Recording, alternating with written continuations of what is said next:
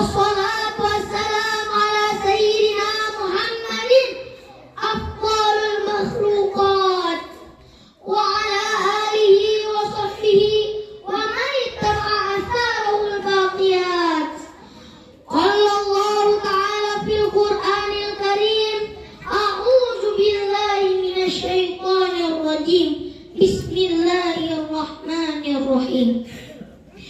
Subhanalladzi asra bi'abdihi lailan minal masjidil haram ilal masjidil aqsa alladzi barakna hawlahu linuriyahu min ayatina innahu huwas samiul basir. Shadaqallahul azim. Amma ba'du. Kepada para alim ulama yang saya taati, kepada segenap bapak dan ibu guru SDIT Asidik, wabil khusus kepada Ibu Reni Octavia SSI MPD yang saya hormati, dan kepada teman-teman siswa-siswi SDIT Asidik yang wajahnya berseri-seri yang saya cintai. Marilah kita bersyukur pada Allah Subhanahu wa Ta'ala yang telah memberikan bermacam-macam nikmat dan rahmat, sehingga kita masih dalam keadaan sehat walafiat dan bisa hadir di sini dengan penuh semangat dalam acara peringatan Isra Mi'rajnya Nabi besar Muhammad sallallahu alaihi wasallam. Alhamdulillah. Shalawat dan salam semoga terlimpah kepada seorang manusia yang paling sempurna imannya, paling mulia akhlaknya, paling tinggi derajatnya, dan paling luas ilmunya. Beliau adalah baginda Nabi besar Muhammad sallallahu alaihi wasallam. Semoga kelak di hari kiamat kita akan memperoleh syafaatnya dari beliau. Amin ya rabbal alamin. Dalam kesempatan ini saya akan menyampaikan selamat dengan tema peristiwa Isra Mi'raj untuk menguatkan iman dan menambah keilmuan kita. Kaum muslimin wal muslimat yang dimuliakan oleh Allah Subhanahu wa Ta'ala, Isra Mi'raj merupakan peristiwa besar yang dialami oleh baginda Nabi besar Muhammad sallallahu alaihi wasallam sebagai mukjizat yang telah diberikan oleh Allah Subhanahu wa Ta'ala kepada beliau untuk membuktikan kenabian dan kerasulannya. Ini terjadi pada tanggal 27 Rajab pada tahun ke-11 kenabian, yang pada saat itu Nabi Muhammad sallallahu alaihi wasallam berumur 51 tahun. Setelah mengalami amul husni, tahun kesedihan pada tahun ke-10 kenabian, dengan meninggalnya dua orang yang sangat dicintai oleh beliau, yaitu istrinya yang bernama Siti Khadijah dan pamannya Abu Thalib. Dalam syair sholawat malihat disebutkan, Sati syajaruna qaqal hajar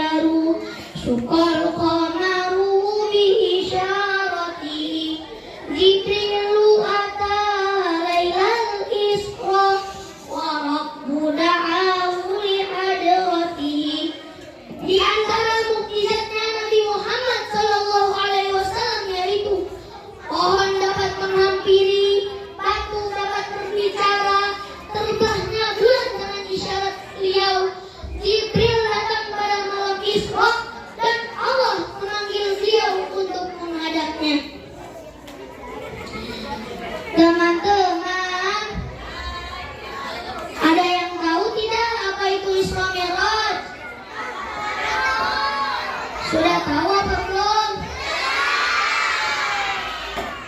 Isra Mi'raj adalah perjalanannya Nabi Muhammad SAW pada sebagian malam dari Masjidil Haram yang berada di kota Mekah sampai ke Masjidil Aqsa di Palestina. Dilanjutkan dengan naik ke langit tingkat 7 Sidratul Muntaha untuk berjumpa dengan Zat yang Maha Tinggi, Zat yang Maha Agung, yaitu Allah Subhanahu wa Ta'ala. Nabi Muhammad SAW melakukan Isra dari Masjidil Haram ke Masjidil Aqsa dalam waktu sekejap. Padahal jaraknya kurang lebih 1.500 km. Biasanya kalau naik onta membutuhkan waktu 40 hari lamanya. Teman-teman tahu tidak Nabi Muhammad naik apa? Naik onta, naik becak, naik kuda, atau naik bis? Ternyata kendaraan Rasulullah SAW berupa seekor buruk, binatang yang bentuknya seperti kuda berwarna putih, tubuhnya bersayap dan larinya seperti kilat. Di suatu malam di bulan Rajab, Allah memanggil Nabi Muhammad untuk menerima wahyu sholat sehari semalam 17 rakaat dari Masjidil Haram ke Masjidil Aqsa, dari Masjidil Aqsa ke Sidratul Muntaha.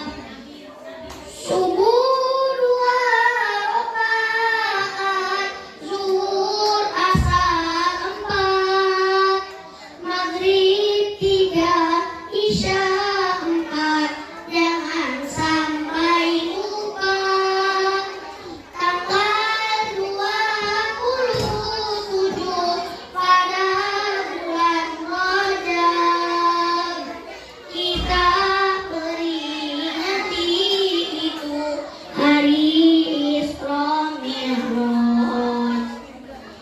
Teman-teman sholat semua? Berapa kali sehari?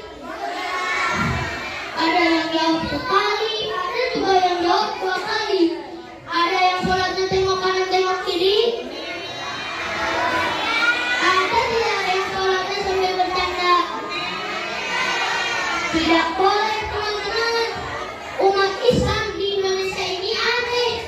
Ngakunya beragama Islam, beriman kepada Allah, cinta Nabi Muhammad, tapi sholatnya seminggu sekali. Sholat Jumat. Ada juga yang sholatnya setahun 2 kali, Idul Fitri dan Idul Adha. Itu juga berangkat paling terakhir, pulang paling pertama. Dari masjid yang ada nasi berkahnya. Pulang berangkat pakai sendal yang jelek, pulang pakai sendal yang baru. Aduh, parah. Nauzubillah min. Ternyata masih banyak teman-teman dan saudara-saudara kita yang belum mengerjakan sholat. Padahal Rasulullah SAW bersabda dalam hadisnya yang berbunyi, as-sholatu imanuddin, faman aqamaha faqad aqamaddin, wa man tarakaha faqad hadamaddin. Sholat adalah tiang agama. Barang siapa yang mendirikan sholat, berarti telah menegakkan agamanya. Dan barang siapa yang meninggalkan sholat, berarti telah menghancurkan agamanya. Teman-teman masih semangat? Yang benar. Insya Allah siswa-siswi SD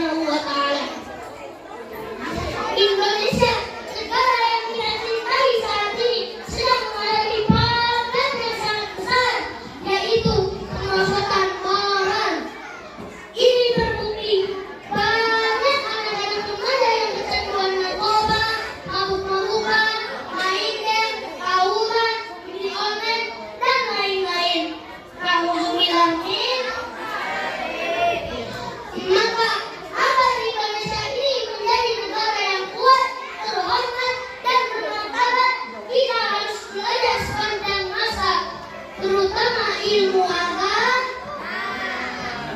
Untungul ilma ilal makti ilal wakti. Untunglah ilmu dari semenjak buayan sampai ke liang lahat.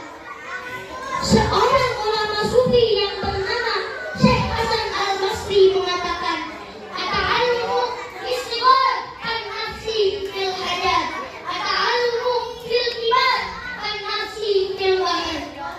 Belajar di waktu kecil bagai mengukir di atas batu. Belajar di waktu kecil bagai mengukir di atas batu. Belajar sesudah dewasa, laksana mengukir di atas air. Belajar sesudah dewasa, laksana mengukir di atas air. Teman-teman, menurut para ulama, ilmu itu berasal dari bahasa Arab yang terdiri dari 3 huruf. Yang pertama mim, yang kedua lam, dan yang ketiga mim. Masing-masing mempunyai arti.